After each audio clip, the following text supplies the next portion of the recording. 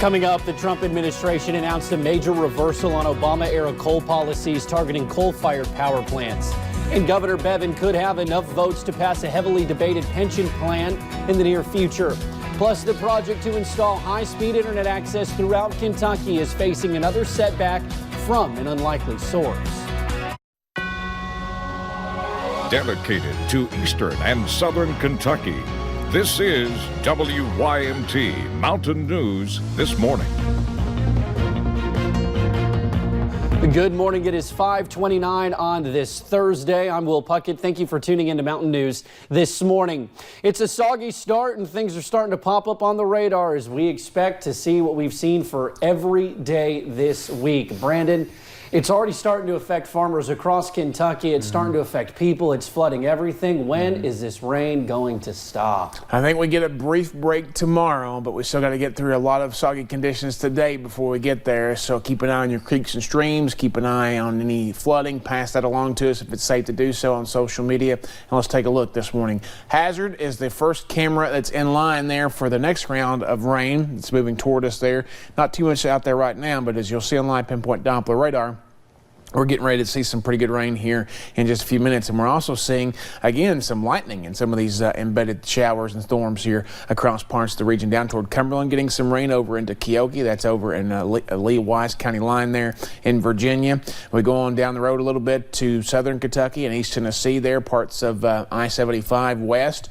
down into Wayne and McCreary and Pulaski counties getting some pretty good rain, and all the way down into Claiborne and Campbell counties there down toward Jellicoe.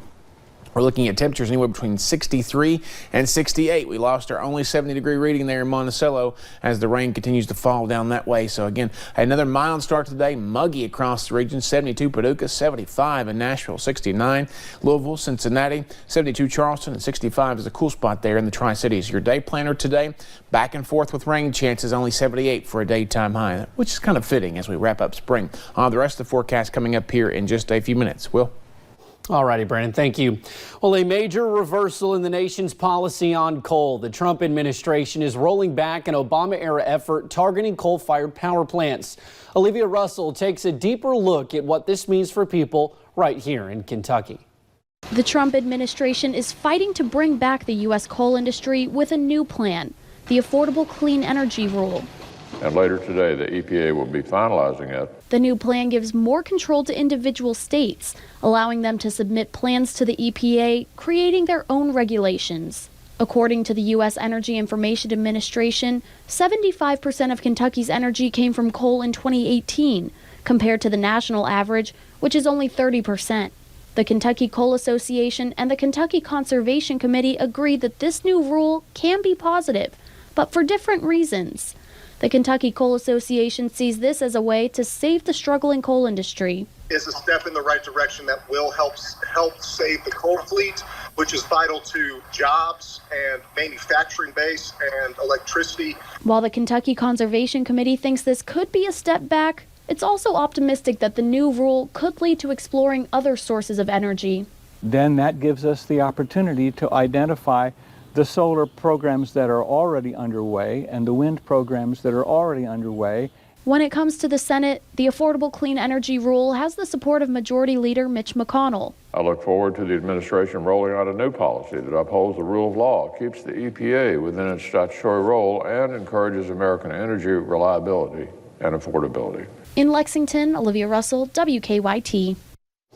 Now, the rule will go into effect shortly after publication in the Federal Register. Environmental groups are expected to challenge this in court. Well, last night was the press versus lawmakers as they played in their 11th annual softball game. This year, the competition raised more than $300,000 for a charity devoted to screening for and fighting against cancer. Senator Shelley Moore Capito says it's a nice break from politics as usual and helps build camaraderie on the field and across the aisle on Capitol Hill. I think it just helps with the whole tenor and tone here that we are in this politics-free zone of softball, and then when we re-enter our real lives, we're able to keep our friendships. Capito plays in her mother-in-law's memory and has done so in all 11 games in the tradition's history. She holds down third base, the hot corner, and played pretty well. But for the fourth year in a row, the press cruised to a victory. Well, Governor Bevin could have enough votes to finally pass a pension plan for quasi-government agencies. The governor's deputy chief of staff says there appears to be enough support for the proposal.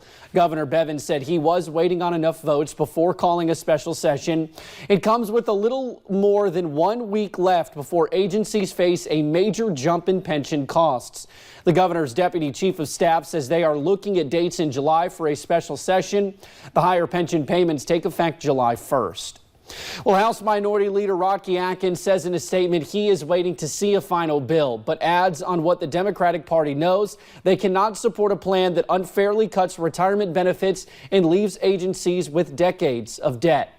Now, the West Virginia House of Delegates passed its education reform omnibus bill late last night. The bill was passed a little after 11:15 following 8 hours of debate on nearly 24 proposed amendments. That means the bill will now go to the Senate.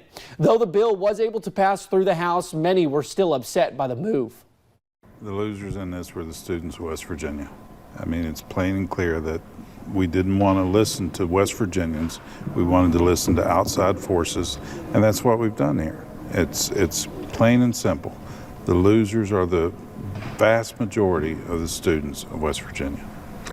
A motion to not allow the Senate to return the bill to the House with amendments failed, meaning the Senate can pass the bill as is or make amendments and send it back to the House. The Senate could also table the bill, but that is highly unlikely. Well, the project to install high-speed internet access throughout Kentucky is facing yet another setback. This time, we're not kidding, from squirrels. The Courier-Journal reports state lawmakers questioned reports about ravenous squirrels that have chewed through wiring. That comes as the state blocked the Kentucky Wired project from borrowing $110 million. Officials with Kentucky Wired say the squirrels damaged cable that was supposed to be working in April.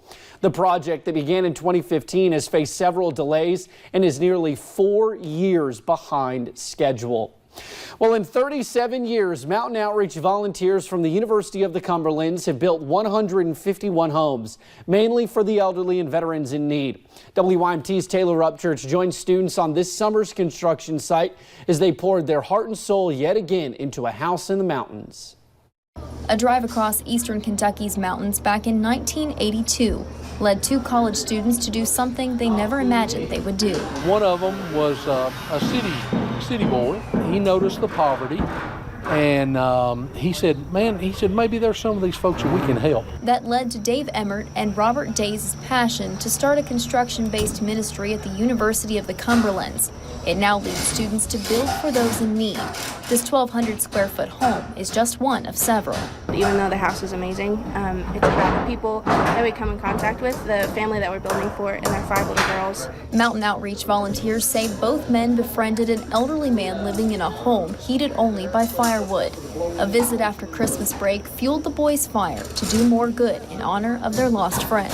And found him in the bed in a very cold house with a lot of frostbite. From wheelchair ramps to lawn work, every project has meaning. Whatever we're building is just a platform in order to share God's love with the people we come in contact with. In just 2 months' time, this team will have a house fully furnished and stocked with food, a safe haven for this family of 7. These people are my family, and serving alongside them to show God's love is the greatest blessing. Building platforms and community servant leaders. In Laurel County, Taylor Upchurch, WYMT Mountain News. Now, people living in these homes do pay a mortgage, but because Mountain Outreach is a nonprofit organization, they solely pay the material cost of the home interest-free.